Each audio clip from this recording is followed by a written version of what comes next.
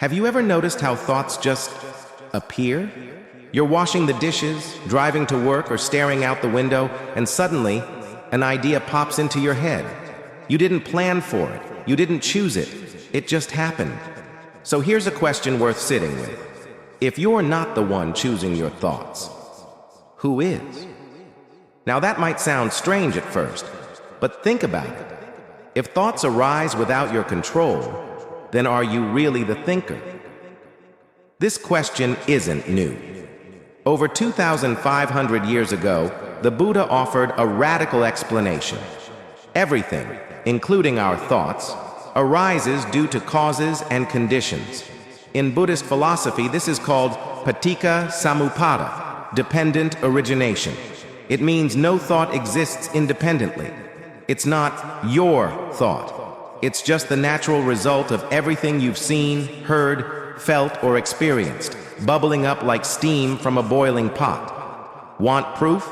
Try this. Close your eyes, and for just 10 seconds, try to predict your next thought before it arises. Chances are, you can't. It will appear suddenly without permission, just like a notification you didn't ask for. That little experiment reveals something powerful. You are not the source of your thoughts. You are the space in which they appear. Let's explore what that really means. The illusion of the self and the power of awareness. Let's take a deeper look into the question we asked earlier.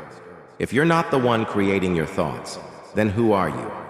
Most of us grow up believing in a very solid idea of a self, a permanent me behind the curtain, controlling, thinking, choosing. But what if that self doesn't actually exist? In Buddhist philosophy, there's a concept called anatta, or no self. It means there is no unchanging, independent I sitting inside your head. Instead, what we call me is really just a stream, a flow of thoughts, memories, emotions, and sensations constantly shifting. Think of your mind like a monkey in a tree. This is what the Buddhists call the monkey mind, always jumping from one branch of thought to the next.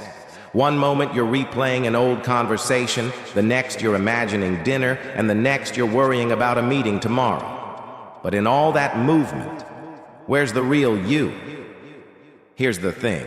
Most people mistake their thoughts for their identity. You think, I'm anxious, or I'm not good enough, or I need to be better. But what if those are just thoughts, not truths?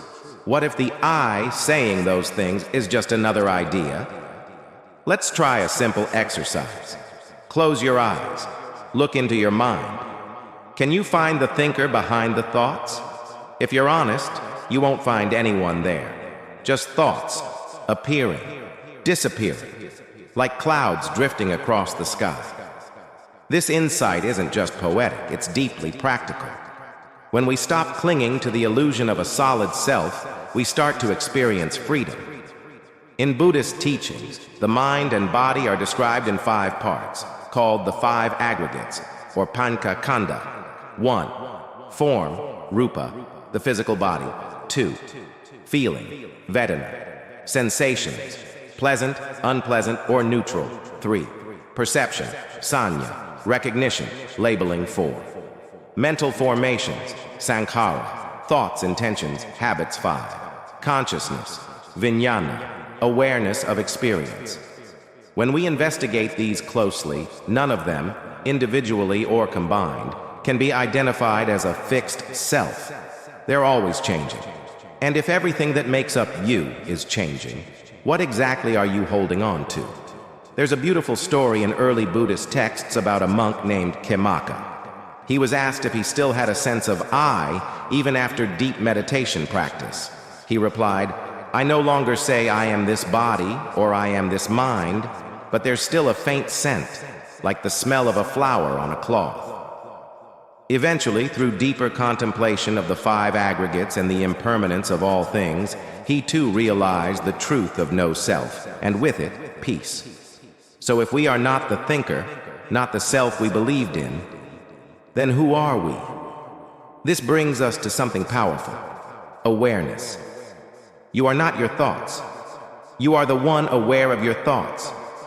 there is a crucial difference between thinking and awareness. Thoughts are the content, the stories, the drama, the noise. Awareness is the context, the silent, spacious field in which thoughts arise and pass.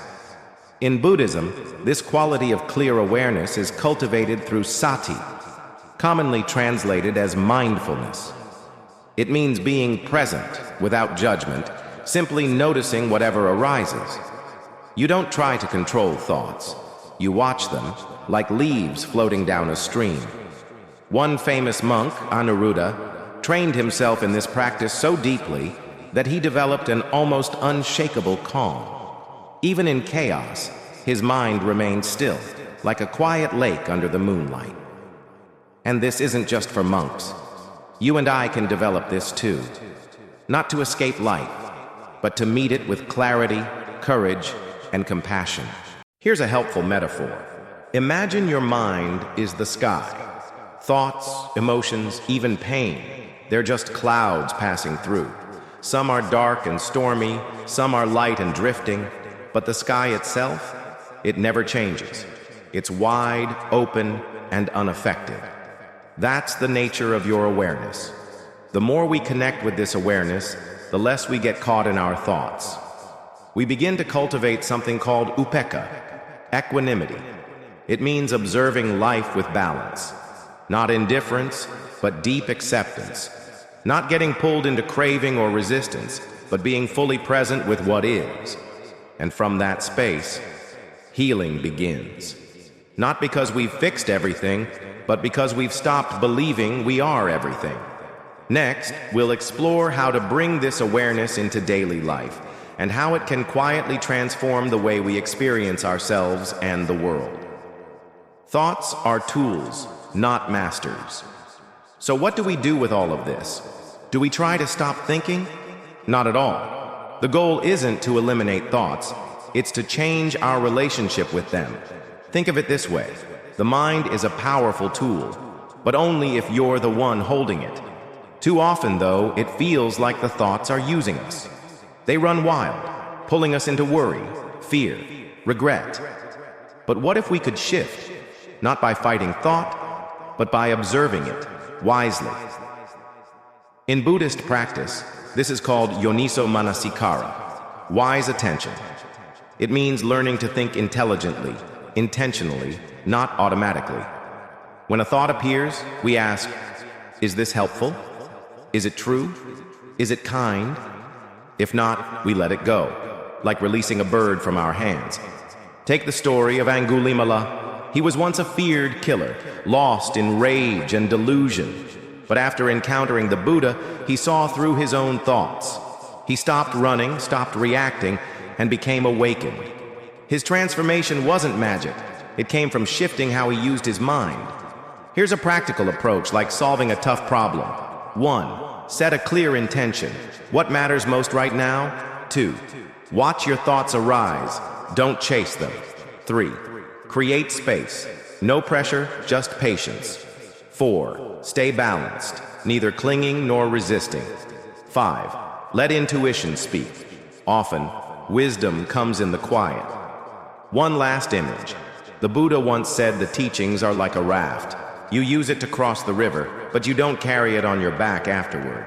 Thoughts are like that too. Use them when needed. Then, let them go. Real freedom. In the end, the question, who is thinking, simply dissolves when we become mindful.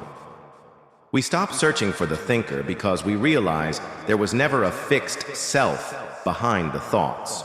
True freedom doesn't come from controlling the mind. It comes from understanding it, from seeing thoughts as they are, and no longer mistaking them for who we are. That's the quiet power of awareness. Not to fight thought, not to follow it, just to recognize it and rest in the space beyond. That's where real peace begins.